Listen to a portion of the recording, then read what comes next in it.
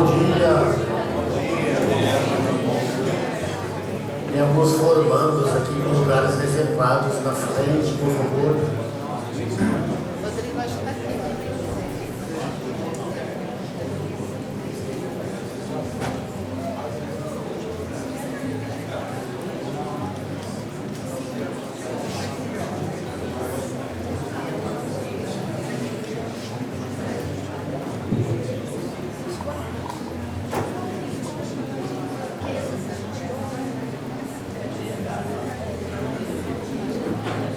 Muito bem. Hoje nós colocamos aqui no primeiro plano os nossos pós-graduandos. Hoje teremos um segundo momento de cerimônia após a conferência, o segundo tempo desta manhã, precisamente com eles e seus convidados da coração de grau. Bom, iniciamos a nossa manhã. Queria dar as boas-vindas a todos.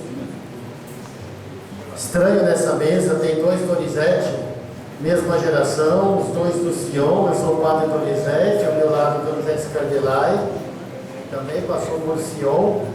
E o que nós temos em comum é o beato, ainda não santo canonizado, padre Donizete. Donizete Scardelai, Donizete Ribeiro. Os verdadeiros Donizetes têm o primeiro nome que começa com Donizete. Tem outros, José Donizete, Benedito Donizete. Aí já é uma outra história. Então, eu queria desejar as boas-vindas a todos, e aí na pessoa do Donizete, saudar em primeiro lugar tem todo um grupo aqui que eu não vou nomear, de ex-Sion, que passaram por esta casa e por este prédio, e que vieram prestigiar o Donizete, nos prestigiar. Então sejam bem-vindos. Queria saudar também vocês, entre aspas, anciãos de Sion, que já estão conosco há 1, 2, 3 anos, e aí, de modo especial, saudar vocês que terminaram e que logo mais vão fazer então essa bela cerimônia da colação de grau. E enfim, saudar cada uma dos novos. Tem gente nova aqui que nem fez ainda a inscrição e que fará logo mais, olhando para a Marta, a esposa do José Antônio, e da pessoa dela dizer que tem vaga, se outros quiserem ainda se inscrever. Oficialmente nós estamos fazendo a abertura hoje do nosso ano de estudos pelo Centro Cristão de Estudos Judaicos. Vamos começar com uma salva de palmas a todos esses que eu tentei olhar.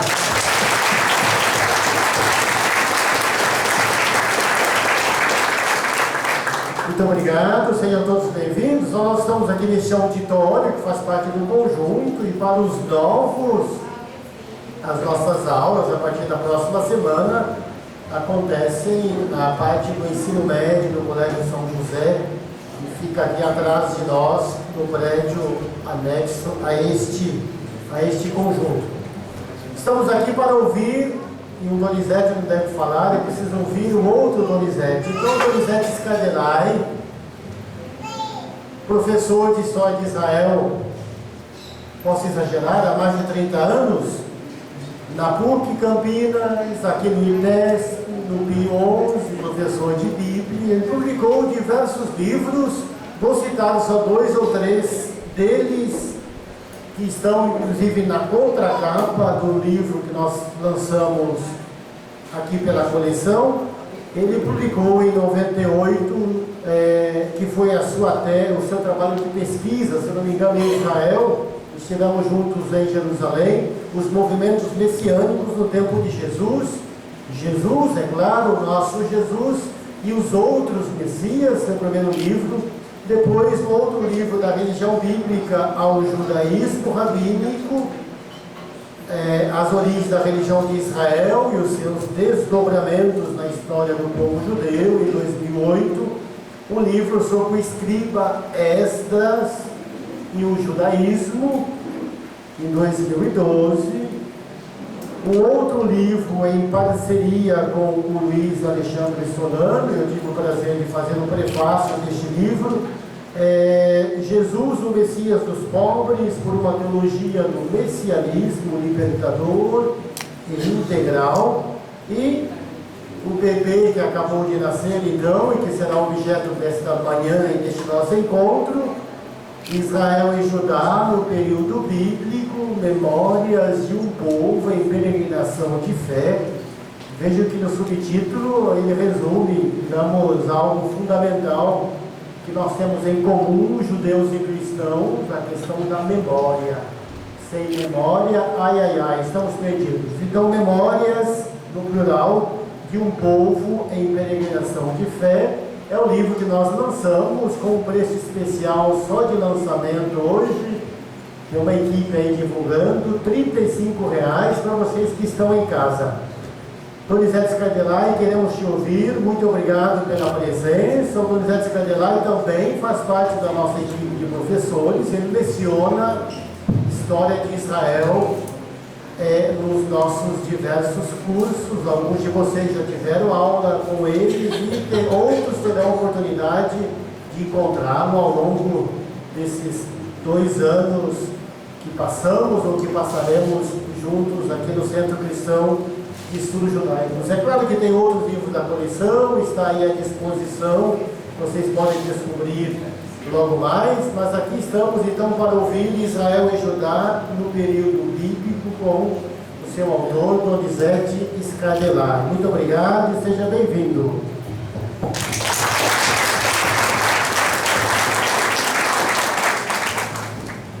Bom dia. Obrigado por ter vindo, os amigos, a comunidade Sion, que está em peso aqui, representando os meus amigos. Com alguns eu convivi na época do Sion, outros pouco antes, então, mas todos sejam bem-vindos, bem-vindas, amigas. Comunidade de Jundiaí, com pastor, eu participo, temos uma comunidade lá muito fervorosa na periferia de Jundiaí, onde nós fazemos aquilo que eu acho que todo cristão deveria fazer, né?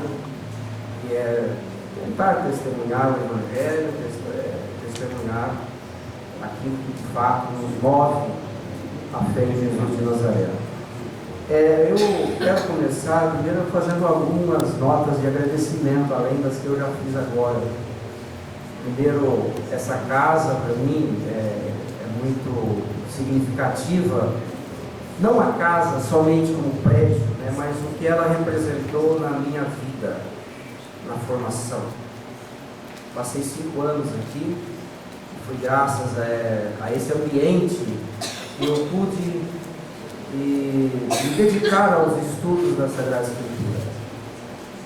Tive como mentor, na época, o Padre Vitória, que não está aqui, infelizmente, mas é o agradecimento que eu faço sempre, o reconhecimento que eu tenho da participação dele na minha formação. Todas as pessoas que participaram comigo, né, a congregação de forma especial, aqui na pessoa do Padre Donizete, mas quero lembrar também tantos outros, além do Padre Vitório, o Padre Bel, o Padre Hilário, e todos que, enfim, fizeram parte da minha vida, né? E eu desenvolvo também esse carisma Sion, né? Mesmo casado, minha esposa está aqui, minha filha mais nova, a Sara, minha esposa Eliane, vieram prestigiar também esse momento importante na nossa vida acadêmica, na vida de comunidade também.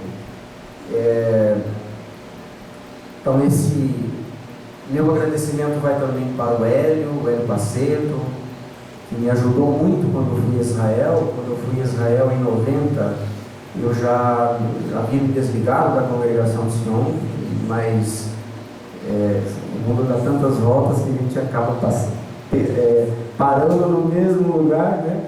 De certa forma, um lugar existencial, que é o Ratisbon. Lá eu vivi 4 anos, e o Hélio me deu uma força tremenda. Graças a ele eu pude receber uma bolsa de estudos e continuar na minha caminhada. Então, Esse primeiro livro que eu lancei em 98 é fruto de um trabalho de pesquisa no campo do messianismo judaico. E aí eu cito também o Rabi Pesach Schindler, né, que faleceu agora em 2017. Ele teve muita paciência comigo, né, porque eu mal conhecia a língua, isso tudo, e eu devo muita generosidade do professor, do Rabi Pesach Schindler, Zichrono Levrahá, né, que faleceu recentemente. E também a minha orientadora da tese de doutorado, a Rivka Jaffa Perezin, lá da USP, que me ajudou a construir a tese de doutorado no livro na cultura judaica, na perspectiva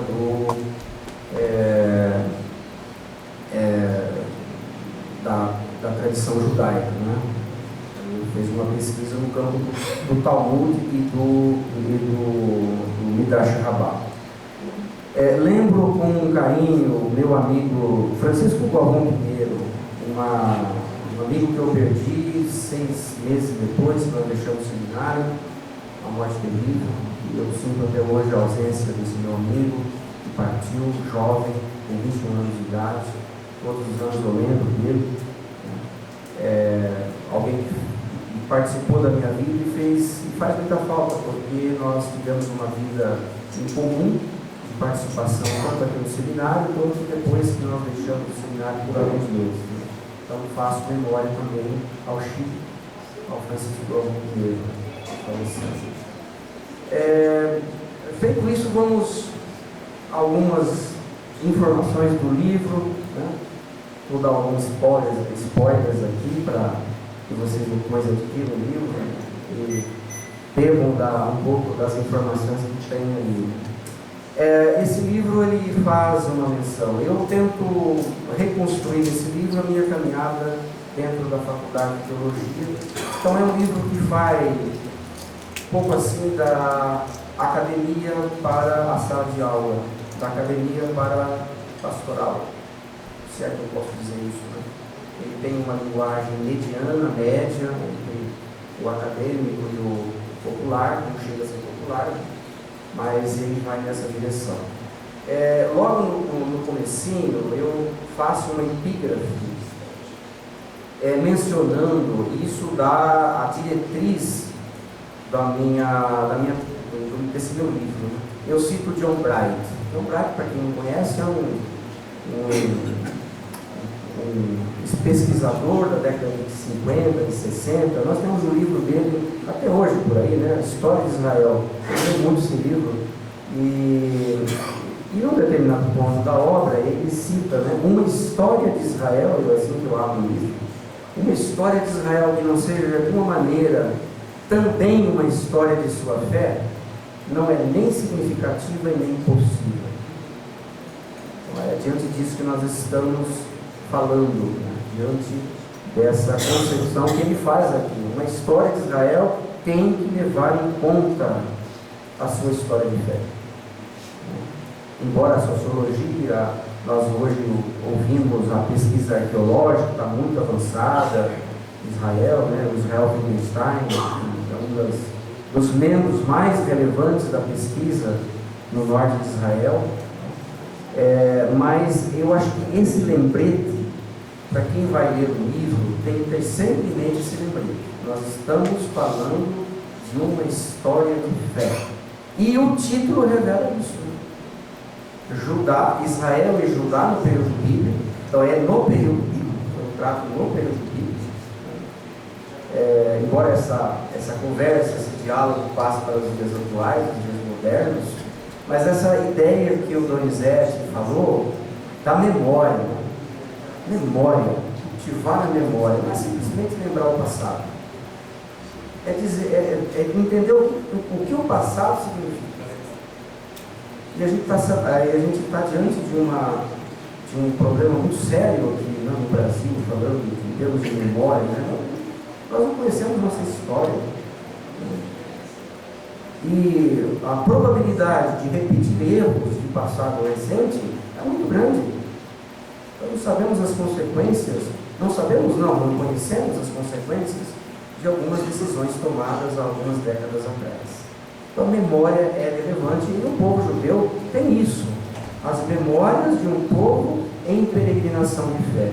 E aí um subtítulo um pouco menor, o que eu falo sobre isso? Religião, até religião eu falo aqui, trato até da religião. Deixei a religião em primeiro, né, para não deixar dúvida. Né?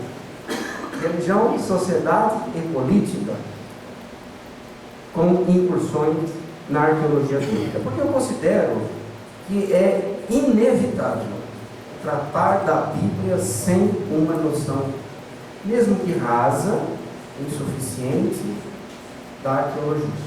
A arqueologia fez muitos progressos.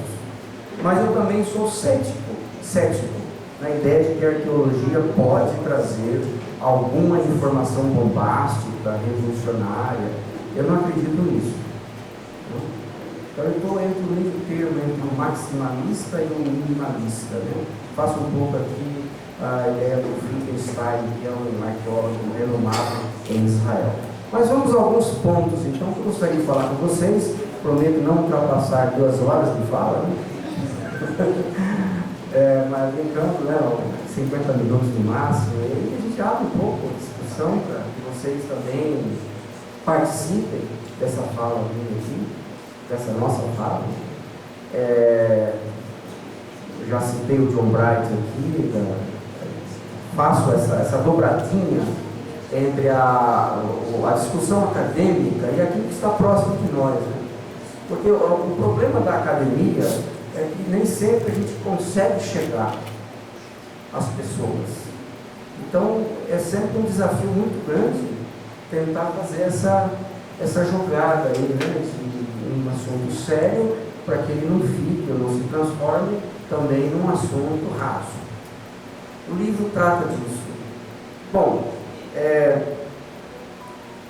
eu entendo que grande parte da Escritura, especialmente os primeiros livros da Bíblia, contam a história de fundação. É assim que eu considero. São narrativas de fundação. Desde o Gênesis da criação, a Torre de Babel, os patriarcas, todos eles, Moisés, são narrativas que procuram explicar essa trajetória de Israel no seu passado. Então, esse é um pouco é o fio condutor, é o método que eu uso para escrever esse livro. Claro que eu faço uso da história, da arqueologia, eu não sou arqueólogo, não. Quando estava em Israel, fiz algumas visitas arqueológicas, né, com o Padre Sabiá, muito famoso, Padre Sabiá, que foi o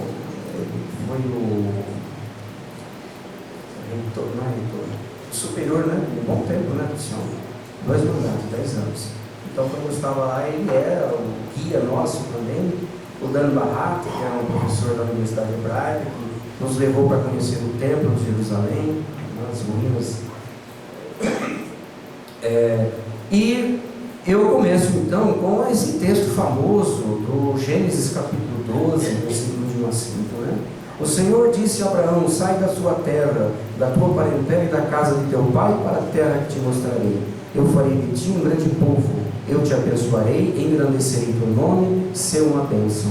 Abraão tomou sua mulher Sarai, seu sobrinho Ló, todos os bens que tinham reunido e o pessoal que tinham adquirido em Harã. Partiram para a terra de Canaã. É assim que é conhecida a terra bíblica, nos tempos patriarcais, a terra de Canaã. E aí chegaram em Canaã. A propósito, a promessa dessa terra atravessa todos os livros da Torá. Um dos propósitos do Pentateuco é mostrar que existe uma promessa, a promessa da terra, e ela não se cumpre até o 5º livro, até o Deuteronômio. Moisés morre, inclusive nem ele entra na terra, né? Um povo para passar essa identidade. Quem é Israel na Bíblia? É um povo sem terra, à procura dessa promessa. E ela só se cumpre no livro de Josué. É no livro de Josué que o povo entra na terra. Bom, por que essa meditação? Porque nós entendemos que aí existe um resgate dessas memórias. Existe também uma promessa a ser cumprida que atravessa o Pentateuco inteiro. Então, de tempos em tempos, de um livro para o outro, Deus está sempre dizendo: não se esqueça que você é um peregrino, que você é um estrangeiro numa terra estrangeira. Diz isso para Moisés, diz isso para Abraão, diz isso para todo mundo. E lá em Josué se cumpre essa promessa. É lá que de fato Israel entra nessa terra. Mas é muito difícil hoje, com a lente da arqueologia, demonstrar como essa conquista foi feita. Primeiro, porque o livro de Josué, e a gente luta muito contra isso, né? Quem é professor sabe das dificuldades de mostrar a Bíblia como um livro de reflexão que não tem nenhum propósito material de comprovação, né? Esse passado colocado aqui é uma história escrita muitos e muitos séculos mais tarde. Então nós acreditamos hoje que esse produto literário da Bíblia é um produto literário, com uma reflexão profundamente religiosa. E muitos cristãos não entendem isso, porque acham que o livro foi feito para explicar Jesus, e não. Jesus é uma chave de leitura hermenêutica, ou seja, uma chave. Nós usamos Jesus na tradição católica para entender o Antigo Testamento, ou a escritura hebraica, a escritura judaica. Mas existe uma história que pertence a Israel. Ninguém tira o pertencimento de Israel dessa história. Então o que eu faço no livro é fazer esse caminho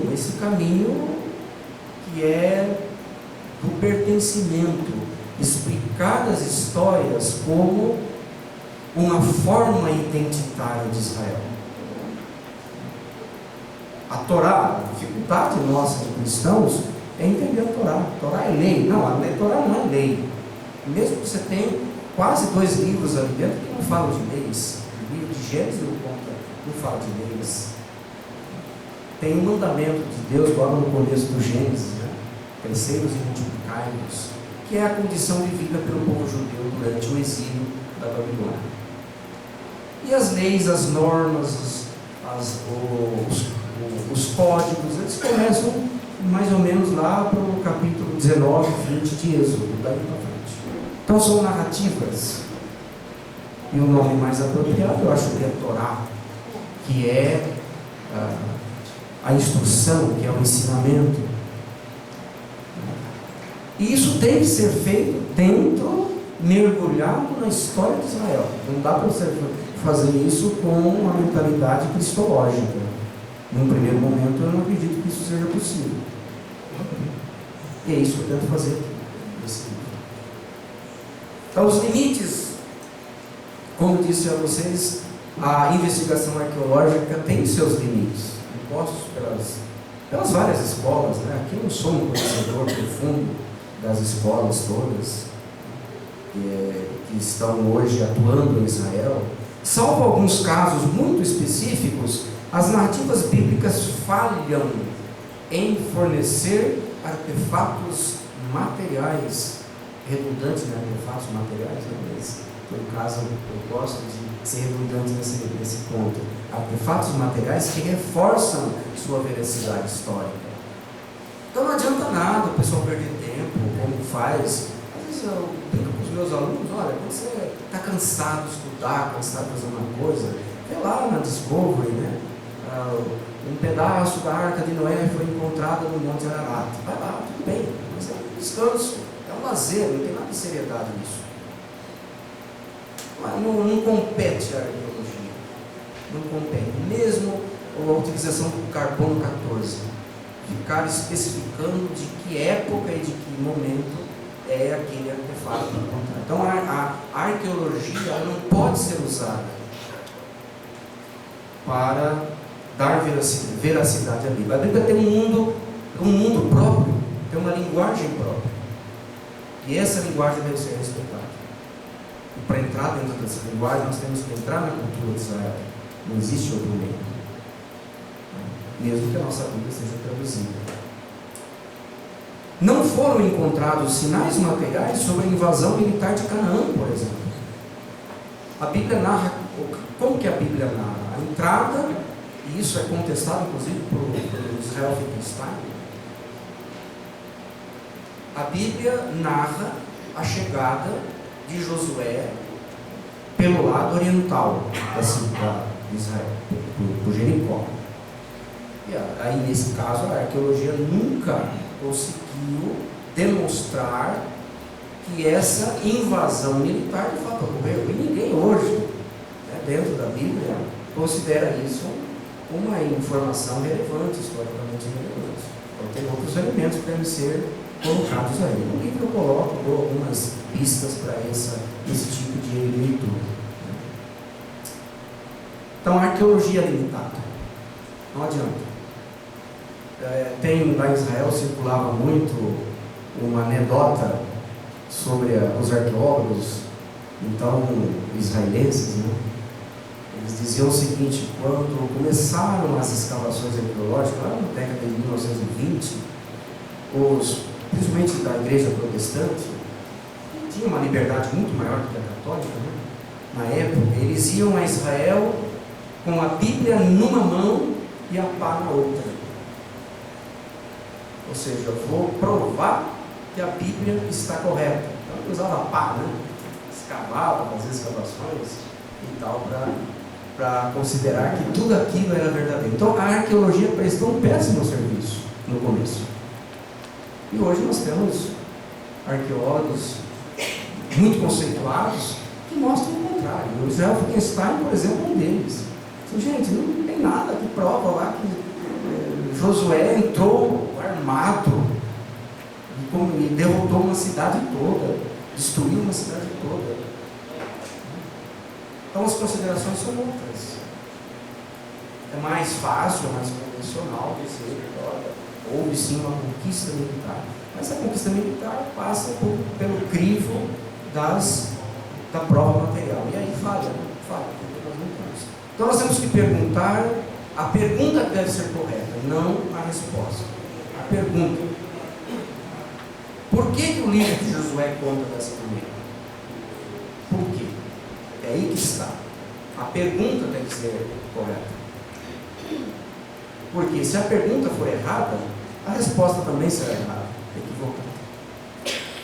Então é um plano que está por trás dessa narrativa.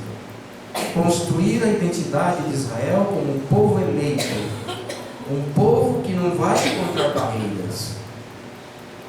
Então, no plano militar, a gente sabe que a Bíblia está cheia de intervenções militares, de eventos militares. Você lê o livro de Juízes, por exemplo, né? É um livro cheio de batalhas sanguinárias, de confrontos militares. Mas, mais uma vez, por que esse livro foi escrito? Essa é a pergunta que cabe à teologia responder, ao estudo, à pesquisa teológica, e não exatamente buscar ferramentas no campo fictício, né? como eu disse, para alimentar esse sonho. O mundo nosso hoje é um mundo muito fundamentalista, todo mundo sabe disso. A Bíblia é usada de forma equivocada. Basta a gente entrar nas redes sociais aí. Uma coisa horrorosa que a gente vê, né? Então nós não estamos preparados muitas vezes para fazer perguntas. As pessoas se acham preparadas para fazer respostas, para dar respostas, mas não para fazer perguntas. O nosso cuidado deve ser aqui, né? Um tema que também está presente aí desde as origens da história do povo bíblico é a questão da migração, ou da imigração. Todos os personagens bíblicos presentes nos primeiros capítulos do Pentateuco especialmente no Gênesis, são imigrantes, todos, de uma forma mais permanente, de uma forma mais passageira. Abraão sai de um lugar lá no fim do mundo, né, como o Papa Francisco nosso aqui, e sua chegada em Canaã, e ali começa essa história. É uma história com memórias. Memórias que não refletem a época de Abraão. Aliás, qual é a época de Abraão? Há 30 anos atrás, a gente dizia assim: bom, Abraão viveu nos anos 1700, 1800, a gente falava isso, ninguém contestava. A gente se sentia a última bolacha do pacote, né? Pô, o cara é conhecedor, o cara é teólogo, né? Hoje não tem mais essa segurança. Abraão é uma memória do passado, não sabemos de que época, que sobreviveu até os registros darem conta, né, no primeiro livro do Gênesis. Abraão, Isaac e Jacó, 3 grandes patriarcas. Todos eles estão movidos pela causa da imigração, da mudança, da passagem de um lugar para o outro. Eu acho que esse é um conceito fundamental. Israel deve considerar que o que o identifica com Deus é o fato de ser um povo imigrante. Está sempre buscando o seu lugar na história. Isso é muito dialético, né? Porque da mesma forma, da mesma maneira que Israel tem a terra, Israel perde a terra. A perda da terra gera conflitos militares, vários conflitos militares. E eu não quero entrar aqui na questão atual, né? Porque ela gera bastante perplexidade, talvez, no campo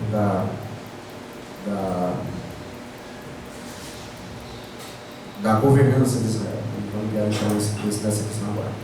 A migração também, então, é um tema central natural. Os patriarcas são, de alguma maneira, apresentados como imigrantes, todos eles, todos. Quando não provenientes de uma terra estrangeira, viveram a experiência do imigrante em algum momento de suas narrativas. E a Bíblia deixa muito claro isso, nas figuras de Abraão, de Isaac, de Jacó, Moisés. Moisés é uma figura mais emblemática do que Moisés. Um egípcio, Moisés é um egípcio, nasceu no Egito. E aí toda a reflexão de quem é Moisés. Moisés é uma pessoa que na sua adolescência é praticamente uma pessoa sem identidade. Ele vai no palácio, é contado assim, né, nos primeiros capítulos do Êxodo, Moisés vive no palácio. O palácio do faraó, é criado como filho de faraó. E Moisés descobre sua identidade. E é interessante que quando ele descobre a sua identidade, ele faz uma ruptura. Porque o filho de Israel, o lugar de um filho de Israel não é no palácio. Não pode ser no palácio. Ele tem que viver a experiência daqueles que estão sofrendo a opressão, as injustiças, a escravidão no Egito. Então Moisés rompe com o palácio. E essa ruptura com o palácio tem um significado que não fala explicitamente quando Moisés viveu. As histórias bíblicas dizem na época de Ramsés II. É isso. Né? Automaticamente Ramsés II, 1200 e alguma coisa. Isso ficou, né, na memória das pessoas como sendo a relação de Moisés com o seu tempo histórico. A história de Moisés só foi decifrada, só foi organizada e colocada por escrito depois do século VIII, porque aqui também entra uma informação relevante. O Israel Wittgenstein, ele em todo momento ele está dizendo isso. Não existe literatura antes do século VIII. Então não existe Bíblia antes do século VIII. E a primeira parte da Bíblia que nós temos em termos de escrita, de literatura, é o Deuteronômio. Deuteronômio, o código do Deuteronômio. Vai ser a base de praticamente toda a estrutura bíblica. O Deuteronômio é o carro-chefe. da Escritura. E é a primeira constituição de Israel. Quando Israel, na reforma de Josias, promove esse documento e o torna oficialmente o documento que orienta o povo judeu de forma particular.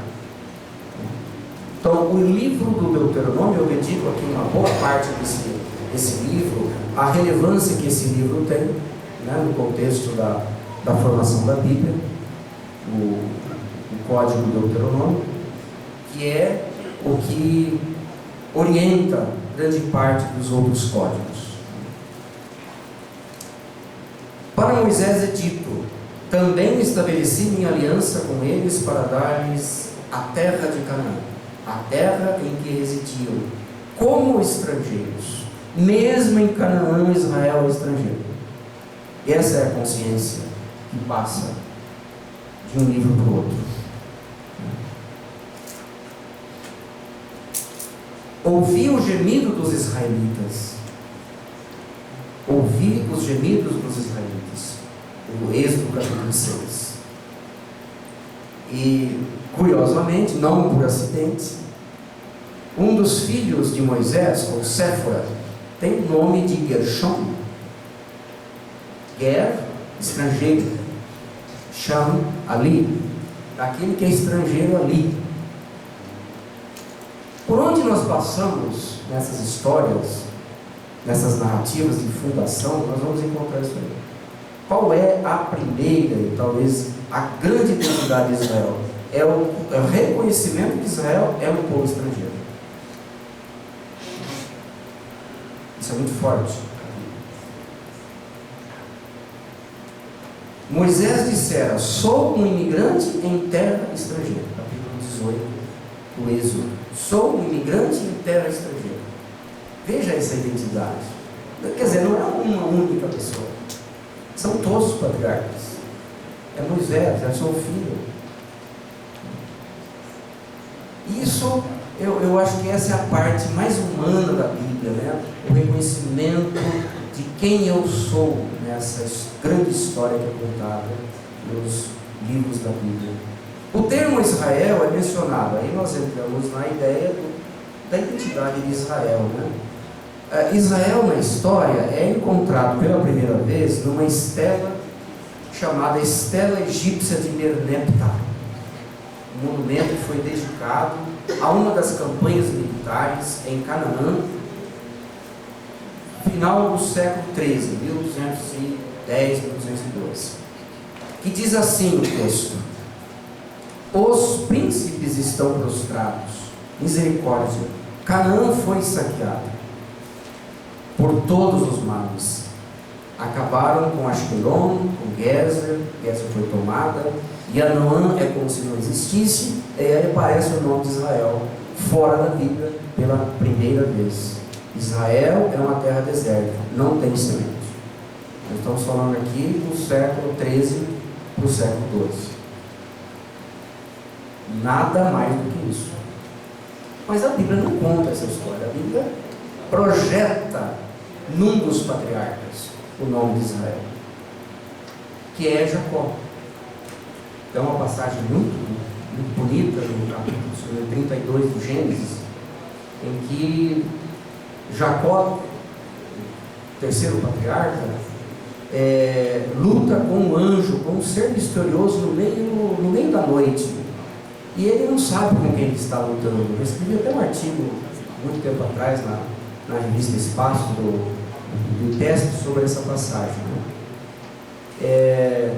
Jacó luta com esse ser misterioso, e no início do amanhecer, na aurora, esse ser desaparece, mostrando que Jacó venceu a batalha, e como prova disso ele sai com a coxa machucada, né? E a partir daquele momento ele muda o nome é mudado, Jacó para Israel. Você não é mais Jacó de agora em diante, você é Israel. Então isso não me diz nada da biografia de Jacó, mas diz muito sobre a identidade, essa narrativa de fundação. Israel é o nome dado a Jacó. De Jacó vem os 12 filhos, as 12 tribos. 12 filhos com 4 mulheres, 4 esposas, né? E aí é articulado a história do povo de Israel a partir de Jacó. Isso é meticulosamente planejado.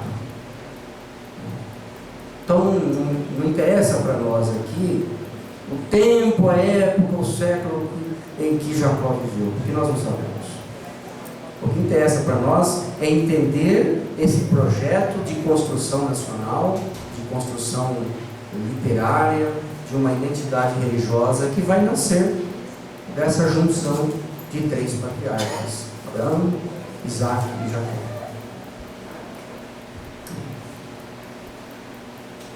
Canaã é um local habitado por povos invasores provenientes do Mediterrâneo. Isso na época da Idade do Ferro, um pouquinho antes da Idade do Ferro, né? Século XII, século XIII. Então, Canaã é um local habitado por povos invasores provenientes do Mediterrâneo.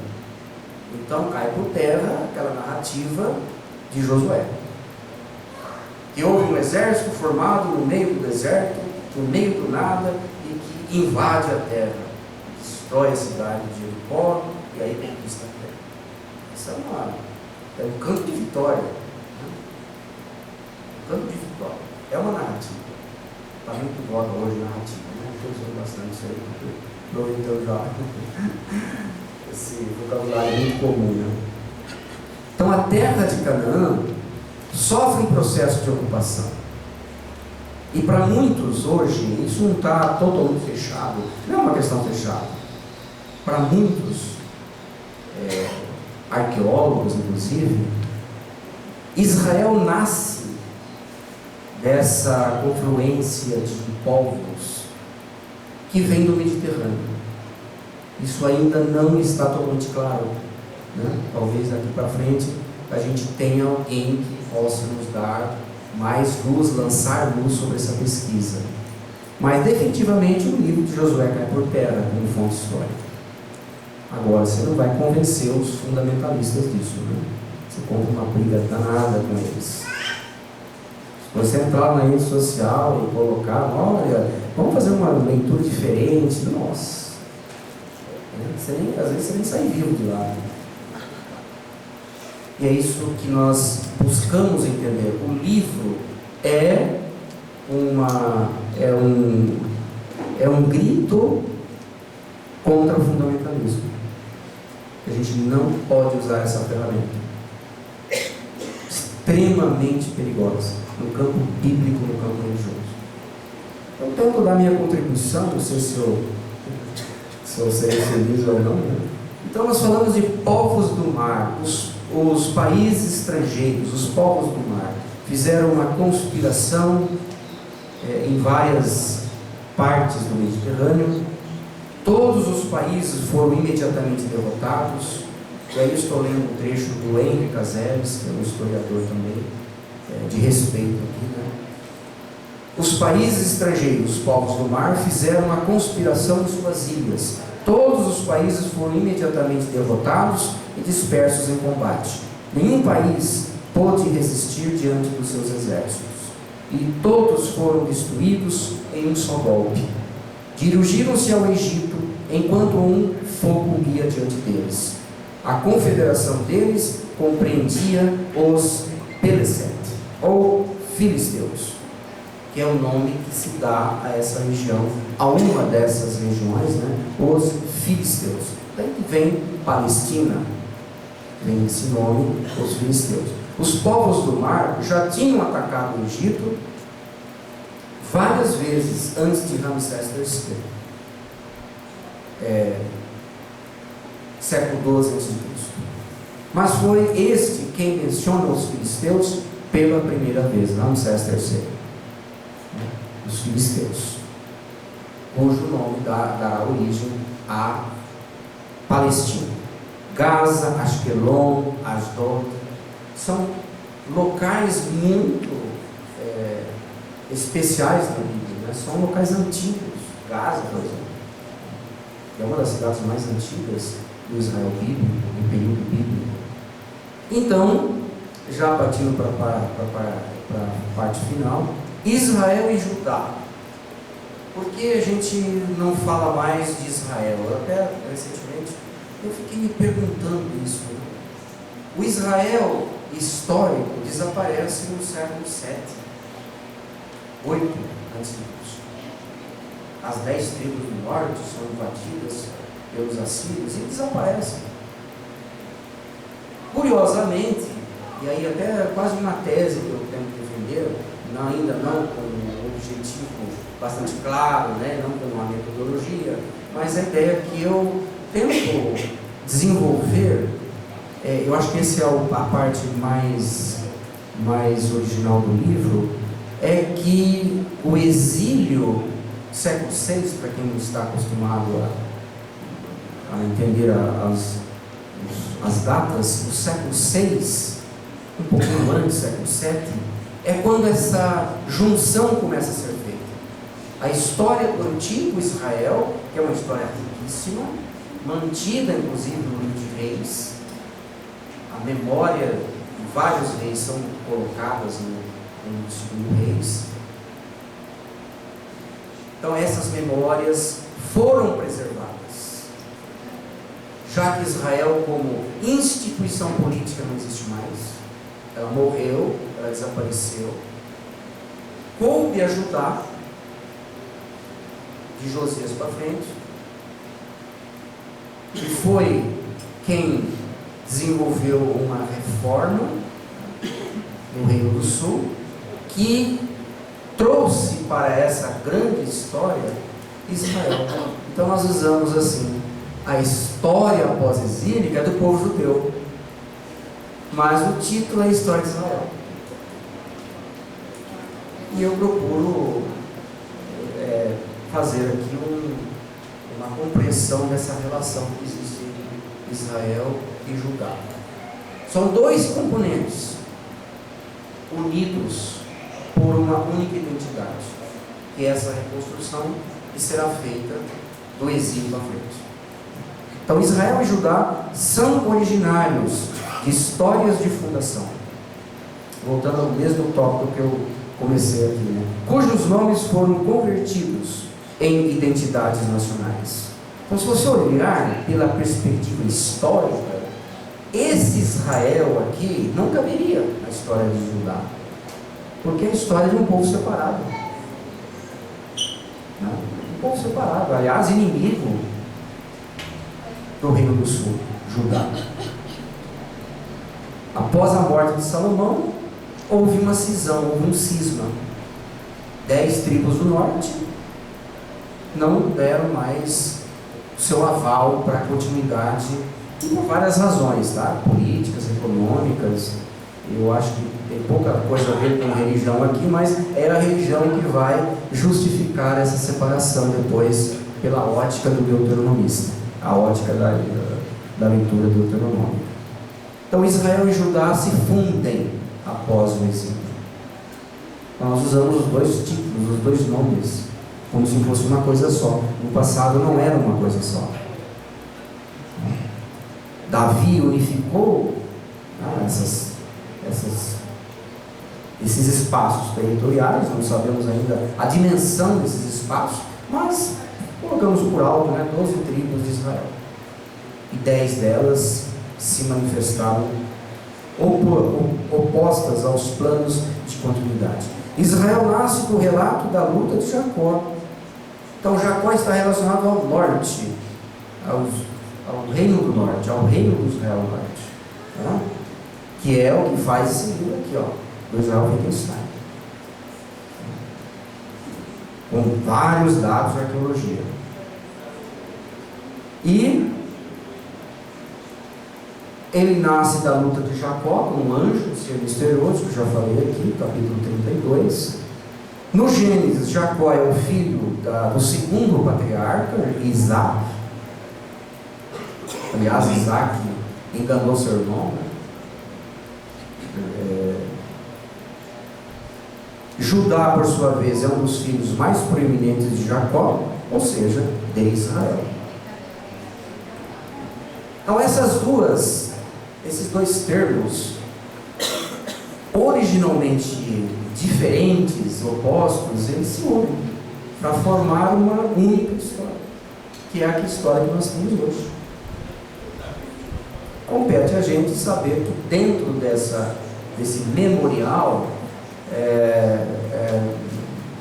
parece muito pertinente observar as várias rupturas. A gente olha muito a história de Israel num campo linear, né? Tudo é tudo linear, tudo resolvido, né? Não é resolvido. O campo da literatura bíblica, das narrativas é que vai organizar isso. Mas tem muita coisa desorganizada. Chama a atenção o fato de que nas histórias das 8 tribos, Judá costuma ganhar destaque. De fato, Judá ganha destaque. Por que Judá, um dos filhos de Jacó? Ora, só pode ser porque Judá fica no sul, cuja capital é Jerusalém, fundado por Davi, 3.030 anos, né? 24 não é. Certo? Então Davi é elevado como fundador de Jerusalém, tá? pelo texto bíblico. Judá procura proteger José, e aquela história famosa que a gente tem, a venda de José para o Egito. José é um dos filhos, e mais uma vez, para onde vai José? José vai para o Egito, uma terra estranha. Agora, aqui a gente faz um paralelo com Moisés.